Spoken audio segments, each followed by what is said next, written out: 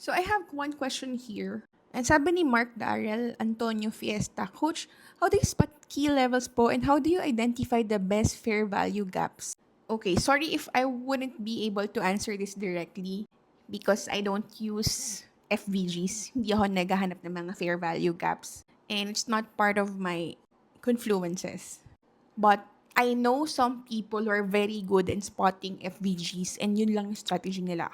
For some people, it works for them. For some people, hindi. Sa akin, I don't normally look for FVGs whenever I trade. So today, I'll be sharing more about the structure that I use and the structure that we teach to our students in Legendary Trading Academy. So apat yon na sinusunod namin. First is we need to look for the market structure, yung bias mo muna. Second is you have to look for the area of value kung nasan yung support and resistance. Kung saan possible mag-bounce yung market, yung presyo. Third is letter C, which is confirmation. You have to look for your confluences. Candlestick patterns could be indicators. But something that would confirm your entry. And then lastly is the execution, which is entry and exit. You have to find exactly saan ka papasok at saan ka lalabas. So yung apat na structure na yun yung sinusunod natin. Para ma-spot natin exactly kung nasan yung mga key levels and para natin mapaplano ng maayos yung ating mga trades. So today, I'll show you exactly how I analyze the market para makapag-plan tayo ano ba yung magiging setup natin for this Asian session or possibly when London session opens. So first, ano hinahanap natin? Market structure. So sa market structure, dalawa yung ginagawa natin dyan. Number one is the fundamental bias. Second is the technical bias. So dalawa, fundamental and technical bias. That's for our first step. So ngayon, today is Tuesday, July 21, and currently it's 11:36 a.m. So it's Asian session. Ngayon, ano ba yung mga news? Ayan, pwede kayo magtingin dito sa TradingView. Ayan, sa TradingView, marami na rin mga news dyan na pwede nyong i-copy-paste. So, if you're not good in English and you cannot understand exactly kung ano yung mga nakalagay dito sa TradingView, isend nyo po yan kay ChatGPT. I-copy-paste mo, bigay mo kay ChatGPT, sabihin mo sa kanya, please explain to 10 years old child or to teenager, ganon. And then, si ChatGPT will be helping you to understand yung mga nakalagay dito sa fundamental news kay TradingView. So, from there, mas maintindihan mo, ganun pala yung nangyari, di ba? So, yung mga AI na yan, huwag tayong matakot dyan kasi malaking tulong yan, most especially sa ating mga traders. Kasi syempre, hindi naman natin first language ang English. Syempre, lalo na yung mga terminologies na ginagamit ng mga analyst, medyo highfalutin. So, better na yung mga AI na yan, na-utilize natin, di ba? Nagpapatulong tayo sa kanila. And there's nothing wrong with that. Okay, kasi nagbasa na rin ako kaninang umaga. And ngayon, ang mga nabasa natin is umakyat nga si gold ng mga around 4,020 to 4,040. And nagkaroon din kasi ng pullback sa presyo ng oil. Because there's a hope na possible mabawasan nga yung takot ng market na magkaroon ng prolonged conflict between US and Iran. However, right now, kasi yung geopolitical tension natin, napaka-fragile pa rin. That is why, somehow, yung demand for gold is still intact. Or medyo present pa siya dyan. So, ano ba yung mga key drivers nito? Yung conflict between US and Iran still remains the main catalyst. Tuloy-tuloy pa rin ang kanilang away. Sabi ng mga mediator ni Iran, meron daw silang bagong diplomatic solutions. So, ngayon, meron daw mga report na meron temporary ceasefire. Kaya ito nakabawas ng panic ng market. That is why medyo si gold ngayon slightly bullish and nagpo-pullback siya. Another is merong threat sa Saudi Arabia na possible mag-impose ng naval blockade. And kung maging successful sila sa pag-disrupt nitong Bab el-Mandeb Strait, which is one of the world's busiest oil supply shipping route, baka magkaroon na naman ng spike sa presyo ng oil. So, yan na naman, gugulantayin na naman tayo ng inflation kasi akit na naman niya for sure globally. And nadagdag na naman yung market uncertainty. And kapag itong tension na to, mag-escalate pa, we don't know exactly what would be the effect, but normally should be bullish. However, as you can notice, nitong mga nakaraan na talagang pabagsak si gold because of the inflation risk. Pero syempre, meron pa rin hope for diplomacy. And regarding naman sa Fed, which is sa interest rate, Last week, 'di ba, na-mention ko dun sa vlog natin na bumaba yung inflation report. Kapag kasi bumaba yung inflation, guys, hindi kino-consider normally ng Fed na magkaroon ng interest rate hike. However, despite na mababa ang CPI at PPI, may signal pa rin si Fed na they're still willing to raise the interest rate again. That is why yung market na yun, they're pricing in and higher probability na meron na namang panibagong Fed rate hike this year. So that means strong siya for US dollar. And yung possible impact nito sa gold is syempre bearish kasi syempre lilipat sila dun sa asset magandang interest rate, which is yun nga yung expectation nila na magtataas yung interest rate. So for our overall assessment sa gold, ang fundamental bias natin temporarily is slightly bullish. Dahil yung mga nangyayari ngayon sa geopolitical situation natin ngayon is very much supportive kay gold. However, we have to watch out because of the possible interest rate hike, and this could possibly result for a bearish gold. That is why dito yung confidence level natin dito is quite moderate lang. So that's for our fundamental bias. Next that we need to look for is the technical bias. Okay, for our technical bias, kung mapapansin nyo, here's a 4-hour time frame.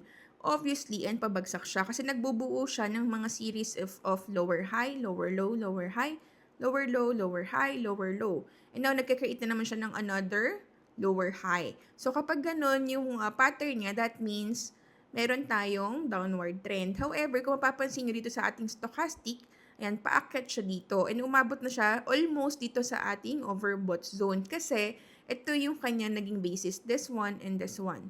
So, ang tawag po dyan is pullback, retracement, ayan, or correction. So, ayan po yan, guys. Hindi pa yan technically reversal. Possible, pullback lang siya. Ayan, nag-reverse lang siya. And kapag yan umabot dito sa 82,100 at maging overbought na siya, may potential ulit siyang bumagsak.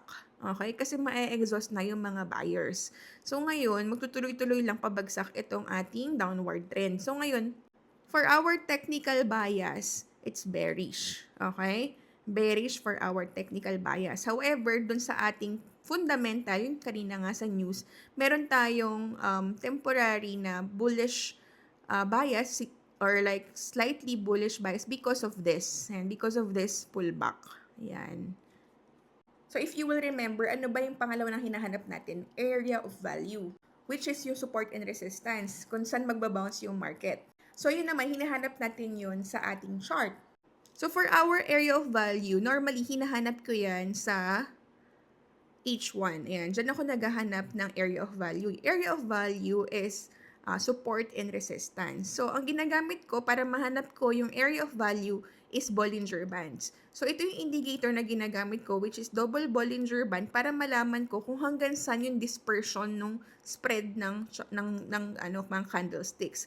So, meron tayo ditong median, which is itong MB middle band, and then, meron tayong resistance 1, resistance 2, support 1, support 2. So, possible, itong area na to, dito nagbabounce yung market, and nandito na yung support and resistance. So, this one is the resistance, this one is the support. So, ngayon, kung mapapansin nyo, nag-bounce yung market dito sa support, umakyat dito hanggang dito sa ating MA200 kasi meron tayo dito moving average 200, itong solid line na blue na to. So, inabot niya yan, nag-react yung market, ni-reject. So, ngayon, para malaman mo hanggang saan kaya possible umakyat to?